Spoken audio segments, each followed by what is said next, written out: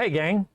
So over the past several weeks with Morning Coffee, I've been going through my drive-through RPG PDF library online, archiving some large files like music recordings that I won't be using in the future, and sorting the rest into different categories like solo games or just GM-less games in general, things that I think would make good YouTube demo videos, so that I could use the drive-through library app to download everything to my tablet and actually have space for it.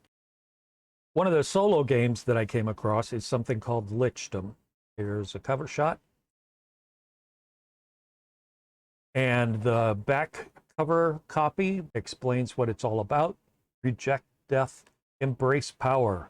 Lichdom is a solo role-playing game about the ambitious journey of a sorcerer towards immortality, about the careful research to find lost knowledge in crumbling tombs and half-buried cities, about overcoming the deathly perils that plague the world by sacrificing your own self, and about finding a way to keep your soul tied to this world at all costs before death comes knocking on your door.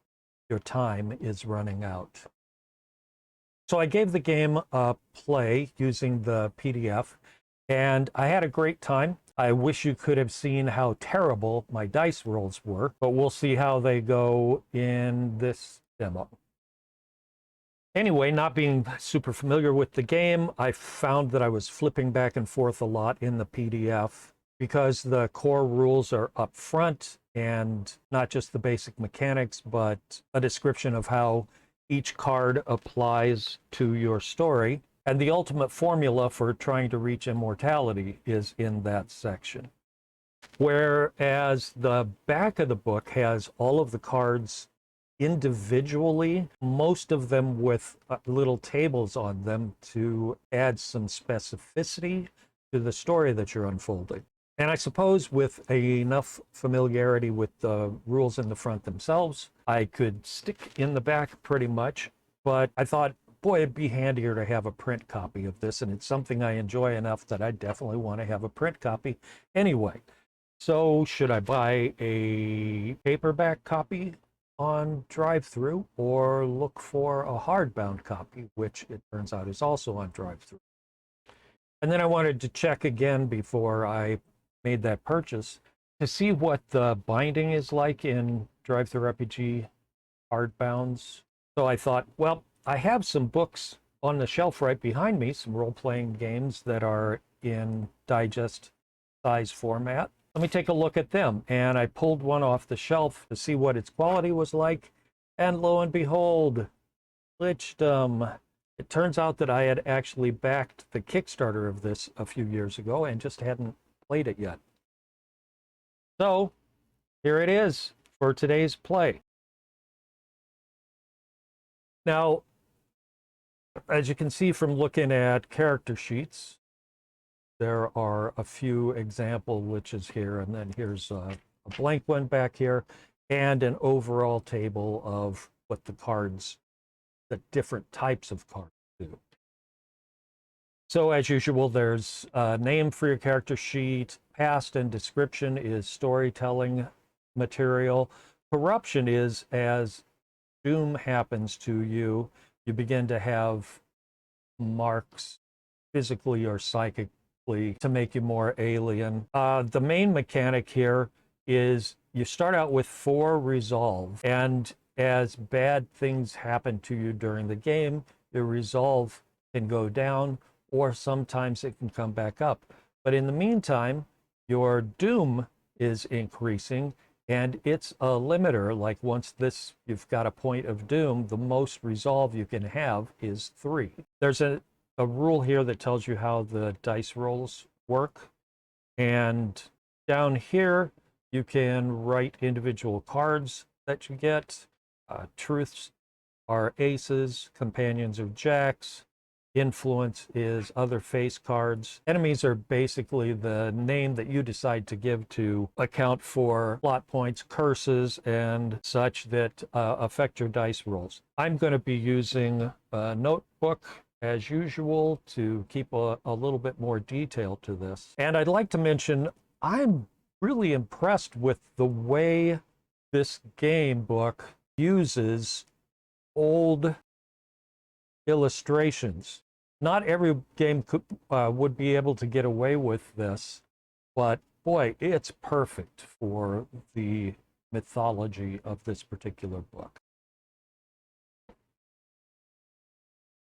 Now, one of the richest things about it is preparing your character and the world that they live in with some tables here, instead of just making it all up whole cloth. It does add some time to the play, so I'm not sure if we're going to get through to this Lich's ultimate fate in this video. If necessary, we'll go on with a second one. All right, so I've put a couple of bookmarks in here, and as I say, this is the core rule, the system for, at the end of all of your research, rolling to see whether you manage to become a lich or end up doomed in some other way. And then the basic rules for the cards I mentioned. Let's flip through to the background. There's rules in here, challenge mode, like Nemesis mode, being able to play against a friend, two sorcerers who are competing to try to become liches. All right, so Perilous Lands is about generating the world that you live in. And it starts with a past long forgotten by mortals. So this is the inconceivable distant time when the world originated, when everything that ever was grew out of its cosmic cradle to fight for dominance over chaos. The myth of creation is shrouded in legends, a collection of several mythologies from different cultures that merged over millennia. They are stories and ideas recorded by scholars that never left the libraries of the glimmering city, imaginative transcribers of brave but uneducated sailors of intoxicated mind. So creation myth, choose a roll 1d6. We're going to, and this world is 2, creation myth. For this world is, it's one of several planes created by the gods of chaos. But they do not watch over the creation with loving eyes. Sometimes the bridge between realities allows unfathomable beings to pass through to this plane, always with unpleasant consequences. Okay, that's wonderful. So we got number 2. It's planes by gods of chaos.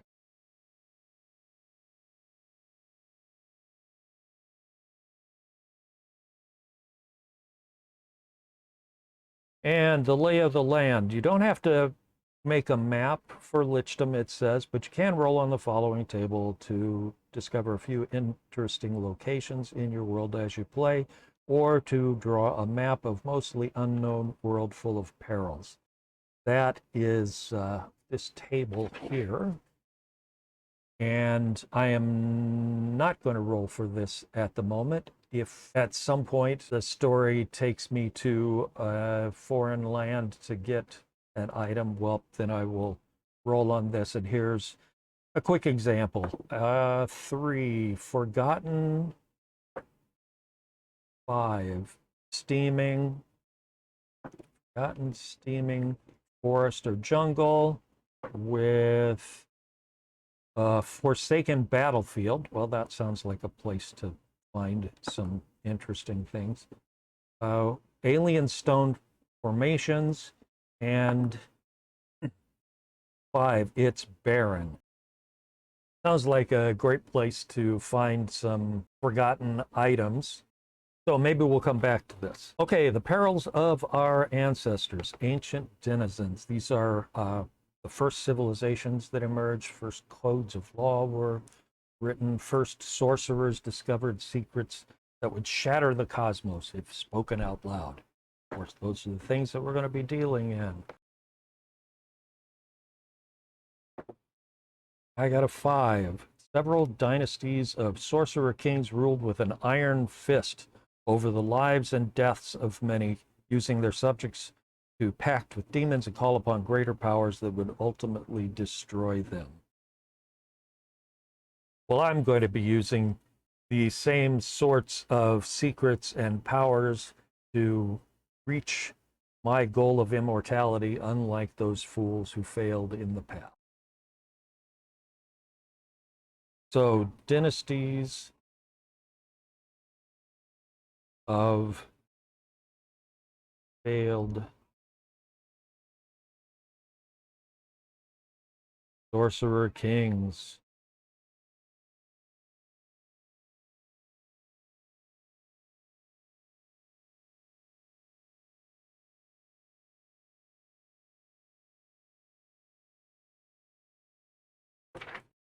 Okay, next comes the cataclysm that brought their world to an end. And again, roll d6. 5. Foul sorcery, an angry god or strange natural phenomenon created a new sun in the firmament. Cursed sun, shining red with hate on the mortal races of the world and boiling seas into inhospitable deserts over the centuries.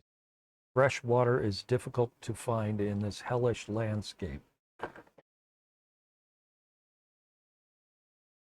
So a second sun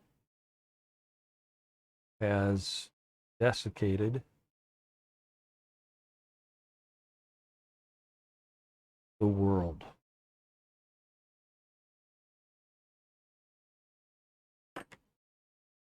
Even more reason to try to become immortal, right? While everyone else is dying out of this heat.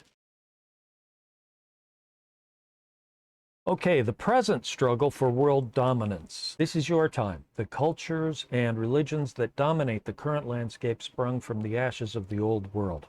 Literally ashes. Literally ashes, right? You can roll a couple of times to create a more complex landscape, but also assume that other cultures and obscure religions exist, some of them terrifying and bound to terrors of a distant time. You can add flavor to your results by borrowing cultural depth from real-life cultures, such as the Assyrian Empire, Celtic tribes, Saxon kingdoms, etc. I think I'm going to roll on this twice, just for a couple of major civilizations that are battling. Because if nothing else, I may have to play them against one another.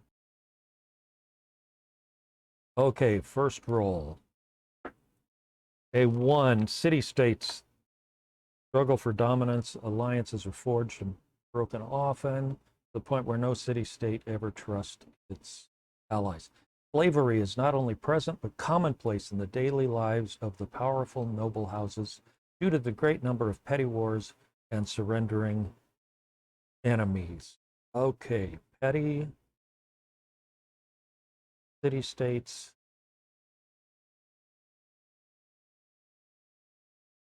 Constantly at war.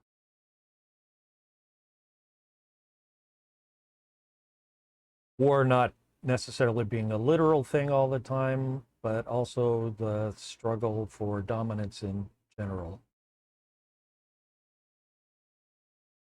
And second, you know, that gives me a rich enough background for now that I'm not going to roll for a nation or civilization at the moment. Nature of gods and arcane. Roll a d6, a 3. Animism prevails.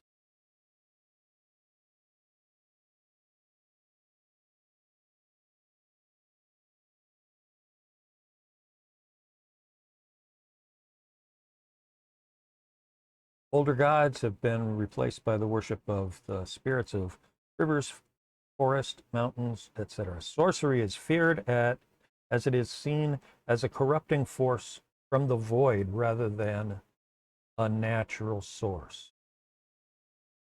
All right, that's interesting. It lends some darkness and evil to my journey toward immortality.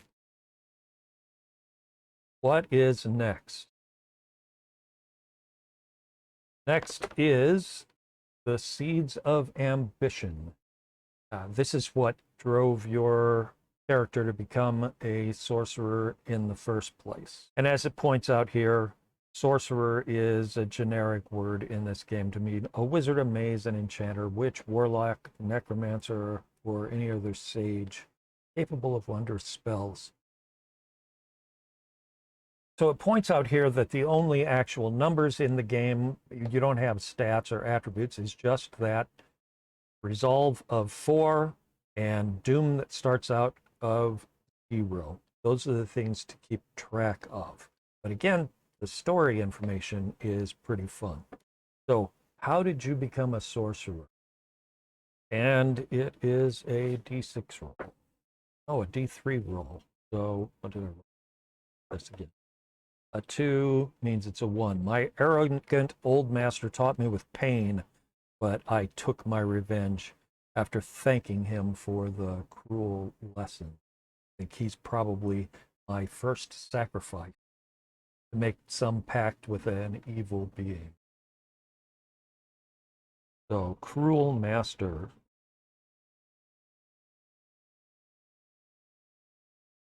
Fought me.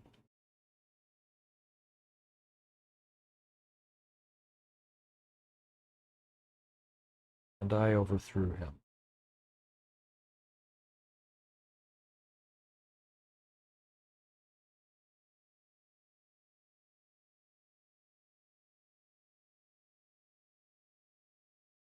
What happened to your family? 3. Some still live, but they are ashamed. Surviving family are ashamed.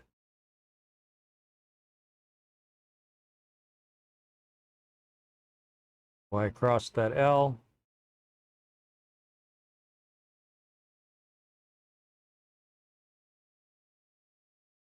Well, okay, what early memory will stay with you forever? 6. 3. Long nights reading ancient scrolls, trying to learn their secrets while blizzards and dire wolves howled outside the walls. Nights studying scrolls.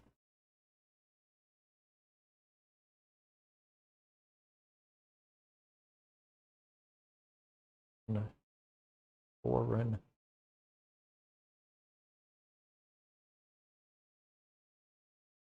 Frozen. Homeland.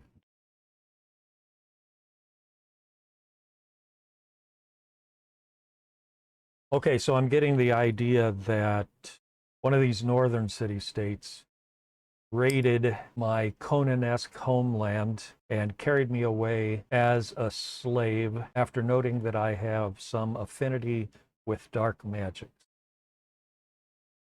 What's next? Where do you currently live? 5 becomes a 3. An old tower, which I make appear grandiose with illusions. Live in a ruined tower.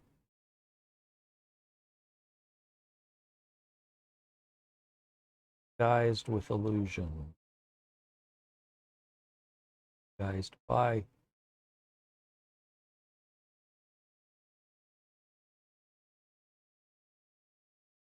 My handwriting is not normally quite this bad. Just trying to hurt. How do you look? 3. Furs protect me from the cold in the night. Bones carved with runes hang from my hair, and the smell of smoke permeates my ragged clothes. Well, that's certainly in keeping with having been stolen away from the far north. It sounds like I returned to take over this abandoned tower as my center of operation, to prey upon my own people in my quest for immortality.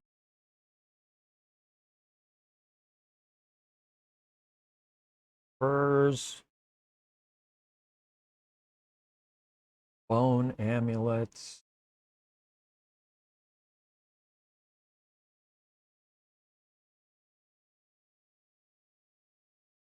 With runic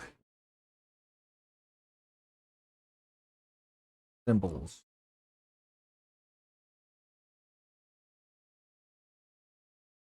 Who was your worst enemy? Who was it before and how did you destroy them? Another 3. The circle of sequestered mystics who rightly perceive me threat for my unrestricted use. Okay, circle of sequestered mystics. I'll have to think about this a little bit more. Given the history of the world, they have to be mystics of some sort of animism. Actually, I think probably, let's say that it's a collection of shamans in my native land. So enemy is a circle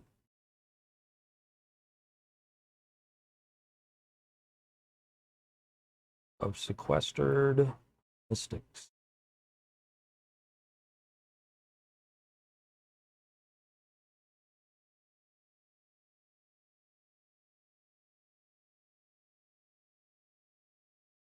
What's next? We're getting down toward the end of this chapter. Actually, this is the last thing to roll for. Why do you look for immortality? A 3 becomes a 2. True power can be achieved by research and practice of the arcane through several life. All right, so I need several lifetimes.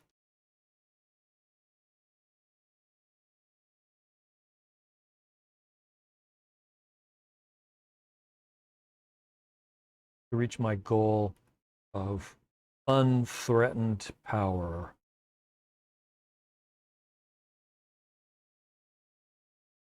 Of total power.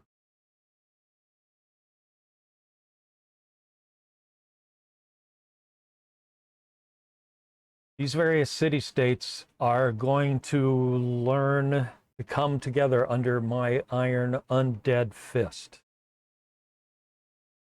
This next section is as you end up failing and suffer a bit of corruption, what the random effects are. And then we get into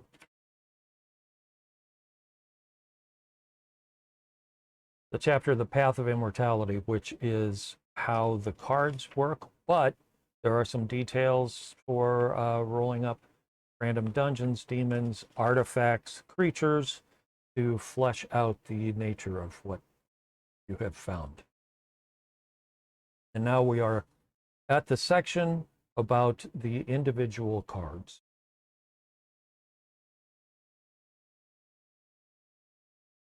And I think I will stop there for this recording. We'll play through the process of this particular necromancer in the next video. I hope you've had some enjoyment in watching this one come together.